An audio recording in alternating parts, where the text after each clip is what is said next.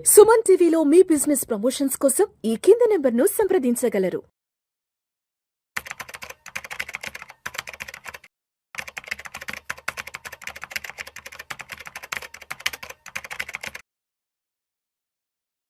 నమస్తే, welcome to Suman TV. Present మనతో పాటు ఉన్నారు క్యూపీఎఫ్పి సాయిరామ్ గారు. నమస్తే అండి. నమస్తే మేడం. సాయిరామ్ గారు, మరి గోల్డ్ గురించి మాట్లాడుకుంటూ ఇప్పుడు ట్రెండ్ నడుస్తుంది, బంగారం ధరలు భారీగా పడిపోతున్నాయి. ఒక పక్కన వార్ మళ్ళీ మొదలైపోయింది. చాలా న్యూసెస్ ఏంటంటే లక్షకు వచ్చేస్తుంది బంగారం ధర అని మాటలు వినపడుతున్నాయి. మరి నిజంగానే లక్షకు వచ్చేస్తుందా అంటే? బంగారం ధర మనం చూస్తే కనుక మనం ఇక్కడ ఇండియాలో అయితే రూపీస్లో కొంటూ ఉంటాం. ఫర్ ఎగ్జాంపుల్ మనం ఇండియాలో మనం చూసుకుంటే కనుక గోల్డ్ అనేది ఎప్పుడు ఇంటర్నేషనల్ బులియన్ మార్కెట్తో లింక్ అయి ఉంటుంది. మీరు ఈ రోజు కొన్న గోల్డ్ రేపు కొనే గోల్డ్ సేమ్ ఆ షాప్లో చూసినా కానీ ప్రైస్ అనేది చేంజ్ అవుతూ ఉంటుంది. అదే మనం చూస్తే కనుక ఏ టీ పొడి కానీ లైక్ ఏదైనా టూత్ బ్రష్ కానీ టూత్ పేస్ట్ కానీ ఇలాంటివి మాత్రం ఇంటర్నేషనల్ మార్కెట్లో ఎంత ప్రైస్ ఉందని చెప్పి సేల్ చేయరు. కానీ గోల్డ్ మాత్రం ఇంటర్నేషనల్ మార్కెట్తో లింక్ అయి ఉంటుంది. మనం గోల్డ్ ప్రైజెస్ని కనుక చూస్తే కనుక మెయిన్గా ఏమేమి ఉన్నాయంటే కనుక ఇంటర్నేషనల్ గోల్డ్ ప్రైస్ ఉంటుంది. దాన్ని ఔన్సుల్లో కొలుస్తారు. మనం ఇక్కడ గ్రామంలో కొలిచినట్టు వాళ్ళు ఔన్సుల్లో గోల్డ్ ప్రైజెస్ చూస్తారు. అది చూస్తే కనుక ఒకప్పుడు $5,400 ఉన్న ఔన్స్ గోల్డ్ ధర ఇప్పుడు చూస్తే కనుక లిటిల్ ఓవర్ $4,100 పడిపోయింది. అంటే గోల్డ్ ఇంటర్నేషనల్గానే మార్కెట్ డౌన్ అయింది. నెక్స్ట్ ఇంకొకటి మెయిన్ రీజన్ ఏంటంటే గోల్డ్ ప్రైస్ చేసే దాంట్లో డాలర్ టు రూపీ కన్వర్షన్. ఇప్పుడు మనం ఏంటంటే గోల్డ్ని డాలర్స్లోనే కొనాలి బయట నుంచి. అది మనకి ఇక్కడ ఇండియాలో ప్రొడ్యూస్ అవ్వదు. ఇండియాలో ప్రొడ్యూస్ అయ్యేది లిటిల్ గోల్డ్ మాత్రమే, మోస్ట్లీ రీసైకిల్ గోల్డ్ ఇది మాత్రమే ఉంటుంది. మెజారిటీ మనం బయట నుంచి ఇంపోర్ట్ చేసుకుంటాం. సో ఇంపోర్ట్ చేసుకునేటప్పుడు we need to pay in dollars, రూపీస్లో మనం పే చేయాలి. సో ఇప్పుడు ఏంటి డాలర్ కన్వర్షన్ రేట్ అనేది ఇంపార్టెంట్.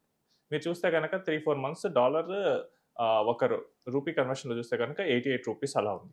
ఇప్పుడు చూస్తే 96 రూపీస్ ఉంది. ఒకవేళ ఇంటర్నేషనల్ మార్కెట్ ఫ్లాట్గా ఉన్నా కానీ డాలర్ అప్రిషియేట్ అయ్యే కొద్దీ మనం గోల్డ్ రేట్ అనేది పెరుగుతుంది.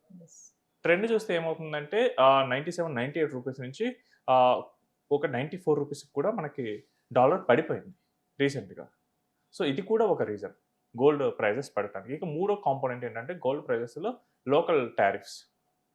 సో లోకల్గా మనకి ట్రాన్స్పోర్ట్ కాస్ట్, టారిఫ్స్ ఇవన్నీ గోల్డ్ ప్రైజెస్ని మెయిన్గా ఇన్ఫ్లుయెన్స్ చేస్తాయి. మనం చూస్తే కనుక గత 6 నెలల్లో మనకి టారిఫ్స్ పెంచారు యాక్చువల్లీ గోల్డ్ మీద. మనకి హైదరాబాద్లో మీటింగ్లో జరిగిన టైంలో ప్రైమ్ మినిస్టర్ గోల్డ్ని కొనొద్దు అని చెప్పి డిస్కస్ చేస్తున్నారు. సో దానిలో భాగంగా మనకి గోల్డ్ మీద ఎక్సైజ్ డ్యూటీ ఇవన్నీ పెంచారు. Despite of all this gold పడిపోయింది. అంటే మనకి ఇందాక నేను చెప్పిన ప్రకారం గోల్డ్ ఇంటర్నేషనల్ మార్కెట్లో ఔన్స్ ధర 5,400 నుంచి 4,100కి పడింది. అండ్ రూపీ కూడా కొంచెం అప్రిషియేట్ అవ్వడం మొదలెట్టింది. ఈ 2 రీజన్స్ వల్ల లోకల్ టారిఫ్స్ పెంచినా కానీ గోల్డ్ అనేది 1.8 lakhs ఈ ఇయర్ స్టార్టింగ్ Jan-Feb 1.8 lakhs నుంచి ఇప్పుడు 1.4 to 1.5 lakhs మధ్య ఆసిలేట్ అవుతుంది. సో గోల్డ్ అసలు ఎందుకు పడుతుంది అని చూస్తే కనుక మెయిన్గా అసలు గోల్డ్లో ఎందుకు ఇన్వెస్ట్ చేస్తారంటే కనుక ఇంటర్నేషనల్గా అయినా గ్లోబల్గా అయినా ఇన్వెస్టర్ ఎక్కడైనా కానీ ఇతర సోర్సెస్ ఆఫ్ రెవెన్యూలో మంచిగా రిటర్న్ రానప్పుడు గోల్డ్ వైపు చూస్తారు. ఈ ఇతర సోర్సెస్ ఏంటంటే real estate, stock market, bonds. ఇవి మెయిన్గా 99% ఆఫ్ ది ఇన్వెస్టర్స్ వీటిలోనే ఇన్వెస్ట్ చేస్తారు. వీటిలో రిటర్న్స్ అంతగా లేవు. మనం చూసినా కానీ ఇండియాలో రియల్ ఎస్టేట్ లాస్ట్ 2 years నుంచి పెద్దగా రిటర్న్ లేదు.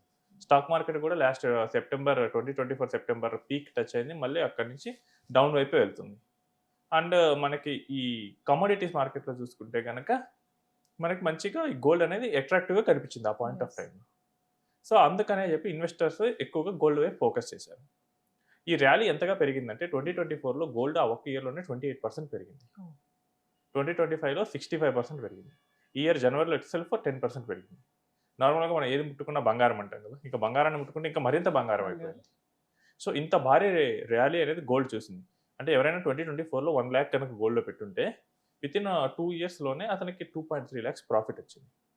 సో ఇంత హెవీ ప్రాఫిట్స్ చూసిన తర్వాత ప్రతి ఒక్కళ్ళు ఇక గోల్డ్ పెరుగుద్దే అనుకుంటారు. ఇక అయ్యో మనం మిస్ అయిపోతున్నాం కొనకపోతే అని చెప్పేసి చాలామంది ఇక ఇన్వెస్ట్ చేయడం మొదలెట్టారు.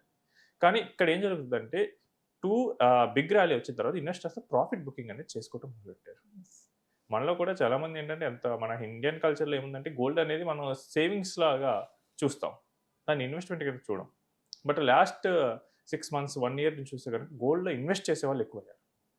ఇన్వెస్ట్మెంట్ మెంటాలిటీతో, నాట్ సేవింగ్స్ మెంటాలిటీ.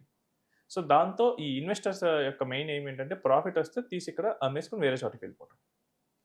అండ్ మనం ఇంటర్నేషనల్గా కూడా గోల్డ్ ప్రైస్ ఎందుకు తగ్గింది, ఇదే main reason. International gold price పడటంతో మనకి ఇండియన్ మార్కెట్స్లో గోల్డ్ అనేది పడుతుంది.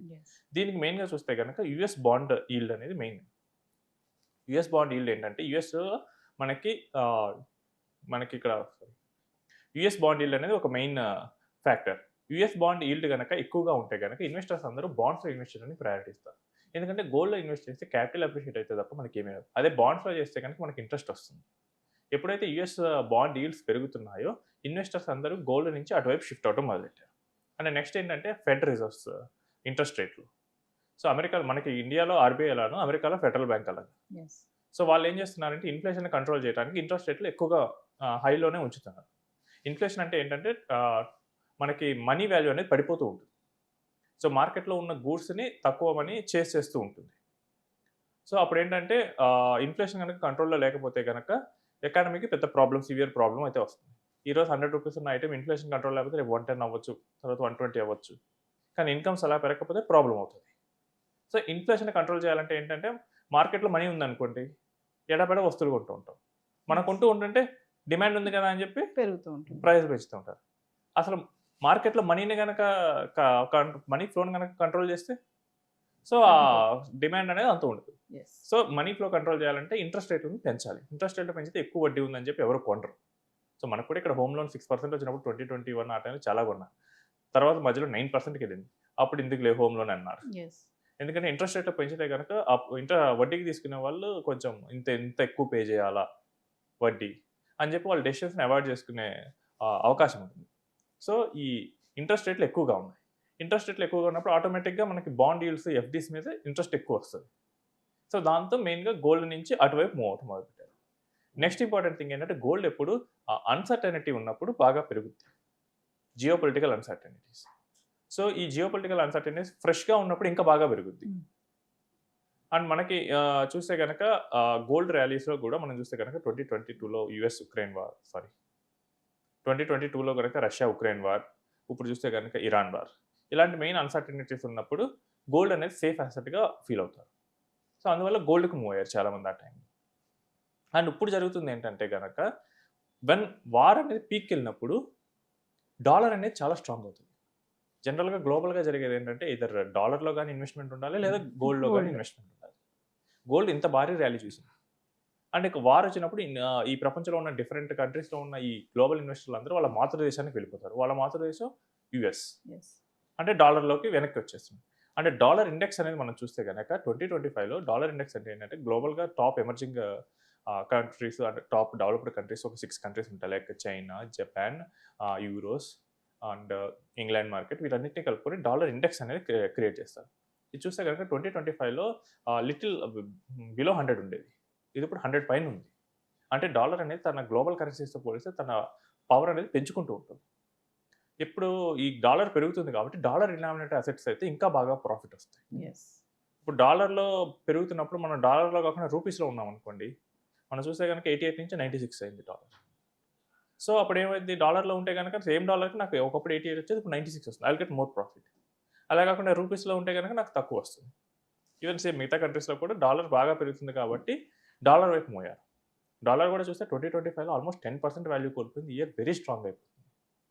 సో డాలర్ బాగా పెరుగుతుందని చెప్పేసి dollar denominated assets like stock market అటువైపు వెళ్తున్నారు.